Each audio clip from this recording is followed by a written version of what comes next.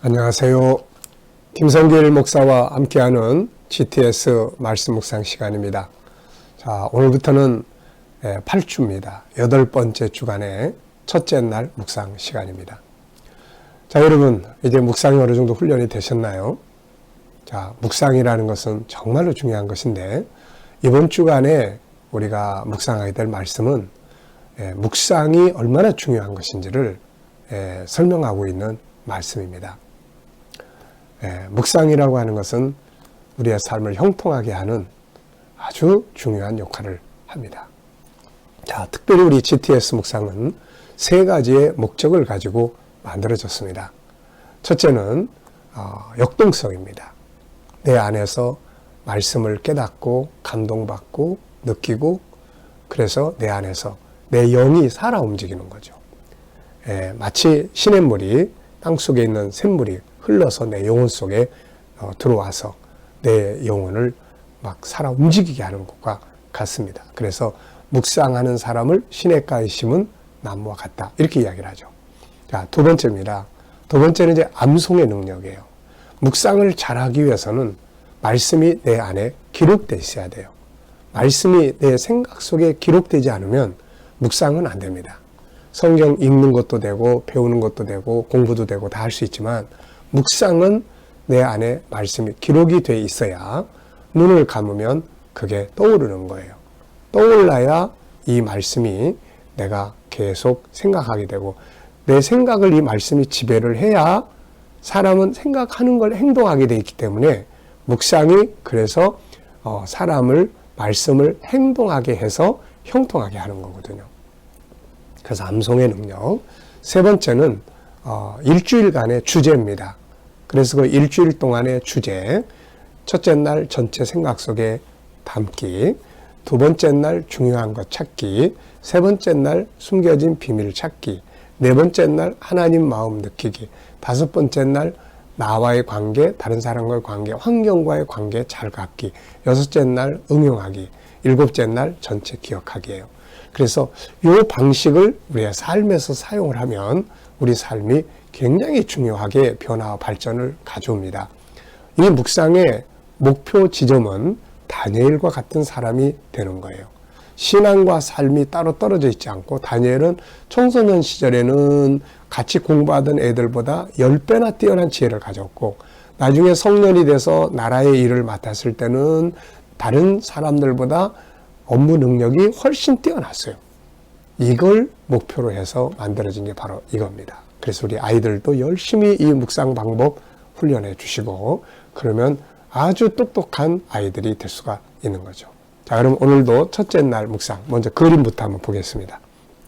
자, 이 그림을 보시면서 여러분들이 느껴지는 것을 먼저 써보시기 바랍니다. 왜 그림을 먼저 하냐면, 사람은 글자를 대하기보다 그림을 보면 더 집중력이 생겨요. 그래서 우리가 공부를 할 때도 글자 대신에 그림으로 전부 다 그게 있으면, 그래서 그 글자를 그림화해 놓은 것이 만화책이고 또 영상물이고 영화고 그렇지 않습니까? 그래서 그런 걸 보면 더 많이 기억에 딱 남는 거죠, 이게. 네. 자, 그래서 이 그림을 먼저 보고 분석을 하는 거예요. 집중력, 상상력, 기억력을 키워가기 위해서입니다. 자, 이 그림 보시면 어떤 느낌이 드십니까? 저는 우선 시원해요. 이 물이 흐르는, 참 이 물가에 이 물이 흐르는 이 장면이 너무너무 시원합니다. 이렇게 내가 은혜의 생수가 내 영혼 속에 들어오면 내 영혼이 아주 시원해지죠. 상쾌하고. 또 이 물가에는 나무들이 있습니다. 이 나무들이 얼마나 행복할까, 그런 생각을 좀 해보고요. 바짝 메마른 광야에서 물 한 방울 나지 않는 데서 막 그 몸부림을 치는 나무들이 아니라, 그냥 저절로 이 뿌리들이 물가에 있으니까 아주 이 마시고 시원함을 느끼고, 그리고 푸르르고 열매 맺게 되는 거죠. 물가의 나무들의 행복. 그리고 이 물 속에 어떤 고기들이 있을까? 물고기가 있죠. 피라미드들도 있을 것 같고. 네. 그리고 또 하나는 이걸 보면서 이 물은 어디서 시작이 되고 어디로 가서 끝을 맺을까? 그래서 시작과 끝, 인생의 시작과 끝을 이 물을 보면서 한번 생각을 해봤습니다. 그리고 물은 높은 데서 낮은 곳으로 흐르는 거죠. 그래서 물은 높은 데서 낮은 곳으로 흐르는 거예요. 우리가 때로는 역류하려고 하지 말고 이렇게 흐름을 타고 가는 것도 인생을 살아가는 아주 중요한 방법이죠. 어려운 시련이 왔을 때 그 물을 내가 거슬리려고 하지 말고 이렇게 수용하는, 요셉이 바로 그런 삶을 살았던 거죠. 자, 여러분들 느낌을 적어보시면 됩니다. 사람마다 느낌은 다 다르니까요. 두 번째는 그림 안에 있는 내용물을 찾아보는데, 먼저 흐르는 물, 나무들이 있고 풀도 있고 또 물속에는 분명히 고기들도 있을 것 같고 하늘도 보이고 또 작은 나무의 숲도 있고 물을 비치는 햇빛도 있고 숲속에는 여기는 안 보이지만은 또 많은 작은 생물들도 있지 않을까 하는 생각을 해봅니다. 연관된 이야기나 사람 적어보기, 이렇게 이런 흐르는 시냇물을 보면은 생각나는 게 참 많아요. 그래서 이런 걸 하나하나 이렇게 기억을 더듬어 보시면 기억력이 살아납니다, 이게. 그래서 우리 연세 드신 분들 특히 이 GTS 훈련 열심히 하시면 치매 예방에도 많이 도움이 될 거예요. 왜냐하면 자꾸 기억해내고 생각해내는 거니까요. 생각이 살아 움직이잖아요. 자, 우선 저는 이걸 딱 보면서 기도원 냇가를 생각을 하게 돼요. 우리 기도원, 그 기도원 냇가, 그리고 거기서 고기 잡던 일들, 또 홍천강도 생각나고요. 여기도 훨씬 넓지만 우리 아들이 태국에서 공부하면서 이제 한국에 방학 때 나오고 그러면은 피라미 잡으러 갑니다. 피라미 잡던 그곳. 또 제가 어린 시절에 정읍에서 컸는데 그 정읍에 거기에 이제 냇가가 큰 게 있었어요. 그래서 거기에 이제 가서 물놀이도 하고 또 고기도 잡고 했던 그런 기억들. 네. 또 이스라엘에 갔을 때 그 요단강, 그러니까 이스라엘에 갔을 때 그 갈릴리 바다로 연결되는 그 물줄기의 상류를 한번 가본 일이 있었어요. 거기가 뭐 에덴 동산의 장소였다, 뭐 그런 말도 있었는데 거기 가보니까 이렇게 물줄기가 이렇게 아주 시냇물이 많이 흐르는 그런 곳이 있더라고요. 네, 그것도 생각나고 그게 기억력이에요. 기억력이 생각나는 거죠. 나이지리아에 또 갔을 때 거기서 사역을 마치고 이렇게 하루 시간을 내서 이렇게 공원을 가봤던 일이 있습니다. 그러니까 굉장히 넓은 공원이죠. 뭐 사파리 그런 곳. 그래서 갔는데 거기도 이렇게 그 흐르는 물. 그래서 거기서 물속에 들어갔다가 위험한 일도 있었죠. 그러니까 그런 그 공원 내의 물. 네. 또 이제 하나 더 상상을 해보면은 하늘에 새하늘과 새 땅에 계시록 22장 1절 또 그간에게 수정같이 맑은 생명수의 강을 보이니 하나님과 어린 양의 보좌로부터 나서 길 가운데로 흐르더라. 강 좌우에 생명나무가 있어 12가지 열매를 맺으며 달마다 그 열매를 맺고 그 나무 잎사귀들은 만국을 솟원케 하여 있더라. 그러니까 생명수 강, 네, 쫙 흐르는, 우리는 그 강가에서 주님과 함께 아름다운 교제를 나누고 찬양을 부르면서 영생의 복을 누리게 될 겁니다. 참 생각나는 게 많네요. 자, 이 그림이 있기 전과 후의 상황. 이게 현재 그림이에요. 그렇다면은 이전의 그림은 어떤 그림을 그릴 수 있을까요? 아마 나무를 누군가 심는 그런 그림도 그릴 수 있겠고요. 또 바짝 말랐던 그런 냇가의 모습도 한번 그려볼 수 있을 것 같고요. 그러다가 물이 쫙 흐르는, 비가 막 쏟아지는 그런 그림도 그릴 수 있겠고요. 이 그림 다음의 그림은 뭘 그릴 수 있나요? 나무들이 있으니까 열매 맺는 모습이 그려지거나 아니면 계절이 바뀌어가지고 이건 여름의 모습 같아요. 네, 여름의 모습. 그리고 가을에는 붉은색이 드는 그런 단풍의 가운데서 흐르는 물줄기. 이거를 여기다 해놓은 이유는 우리 인생을 점검해 보라고 이제 만들어 놓은 거예요. 그러니까 오늘의 나는 과거에서 시작이 됐고 오늘의 나는 내일을 만듭니다. 그래서 오늘의 내가 내일의 나의 모습을 한번 그려보면 오늘을 이렇게 사는 게 과연 좋은가? 좀 수정을 해야 될까? 나중에 가서 후회하지 않게 사는 게 중요하잖아요. 네. 그런 걸 좀 검토하도록, 아이들에게는 미래를 점검해 볼 수 있도록 이런 내용을 써놨습니다. 잘 활용해 보시기 바랍니다. 자, 본문 말씀을 우리 한번 읽어보겠습니다. 복 있는 사람은 악인들의 꾀를 따르지 아니하며 죄인들의 길에 서지 아니하며 오만한 자들의 자리에 앉지 아니하고 오직 여호와의 율법을 즐거워하여 그의 율법을 주야로 묵상하는도다. 그는 시냇가에 심은 나무가 철을 따라 열매를 맺으며 그의 잎사귀가 마르지 아니한 같으니 그가 하는 모든 일이 다 형통하리로다. 악인들은 그렇지 아니하며 오직 바람에 나는 겨와 같도다. 그러므로 악인들은 심판을 견디지 못하며 죄인들이 의인들의 모임에 들지 못하리로다. 무릇 의인들의 길은 여호와께서 인정하시나 악인들의 길은 망하리로다. 아멘. 자, 참 생각할 말씀이 굉장히 많은 내용이에요. 참 많은 주제가 이 안에서 들어있습니다. 자, 먼저 감사한 일 3가지 적어보기입니다. 어제 감사했던 것 무엇인지, 또 오늘 감사한 것 무엇인지, 하루를 시작하면서 이렇게 묵상과 함께 은혜의 감동을 가지고 출발한다는 게 너무너무 감사한 일이죠.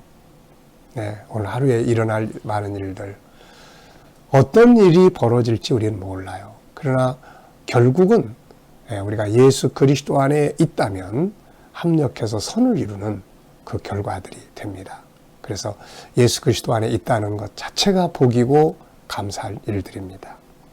자, 1번입니다. 본문을 읽고 느껴지는 것이 뭔지 적어보자.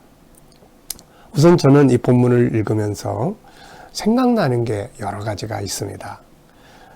복 있는 자의 삶, 네, 복을 받고 싶은 자는 이렇게 살면 되거든요. 이렇게 살면 복이 임합니다. 복을 누립니다. 네.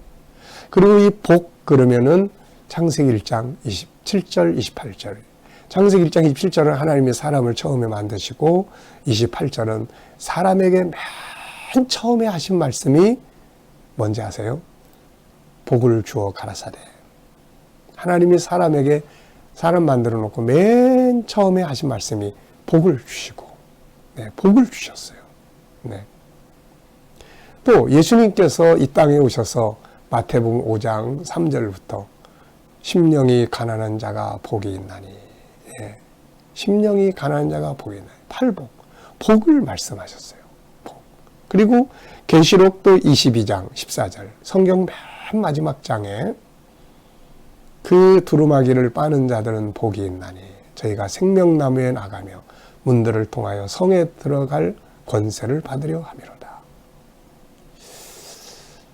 참 하나님이 우리에게 주시고 싶은 건 복이에요. 그래서 복을 받아야 되고 복을 누려야 되죠. 그리고 복을 주신 하나님께 감사해야 되고, 이 시편 1편은 복 있는 사람은, 그러니까 우리 이렇게 살면 되거든요. 두 번째입니다. 본문 속에 들어있는 중요한 단어들을 쭉 찾아보면 굉장히 중요한 단어들이 많아요. 우선 복 있는 자, 악인들의 꾀, 죄인들의 길, 또 뭐 오만한 자들의 자리, 그리고 앉지 아니하고. 어디에 앉아 있느냐는 참 중요한 것 같아요. 우리가 뭔 영화인가요? 장화홍련? 아니, 그건 아니고, 이도령 나오는 거 있잖아요. 이도령. 춘향전.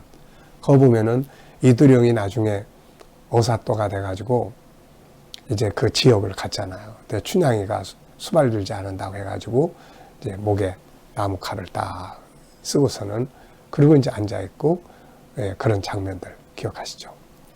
그때 이제 그 수령의 이제 생일 잔치 자리가 벌어졌습니다. 이제 거기에 이도령도 어사또가 되어 참석을 했어요. 서로 그냥 먹고 마시고 시를 만들어서 시를 서로 나누는데 어사또도 그 시를 하나 썼어요. 근데 그 시를 돌려보던 사람들이 어떤 사람은 의미도 모르고 있었고 어떤 사람은 그걸 보면서 얼굴이 그냥 청백해지죠. 이 보통 시가 아니다. 그러고서는 나 바쁜데 빨리 나 먼저 갈게. 그리고 일어나서 슬금슬금 나가버리는 장면을 제가 기억을 하게 돼요. 그 자리에 앉아 있으면 안 되죠. 나중에 그 자리는 벌 받는 자리니까요. 우리가 내가 지금 어디에 앉아 있느냐가 참 중요한 거예요. 나중에 그 자리가 벌 받는 자리에 앉아 있으면 안 되잖아요. 네, 그래서 앉지 아니하고, 네, 여호와의 율법, 묵상, 시냇가에 심은 나무, 철을 따라 열매, 형통, 또 바람에 나는 또 심판, 의인들의 모임. 이 의인들의 모임이라는 말도 너무너무 감동되는 말씀이에요.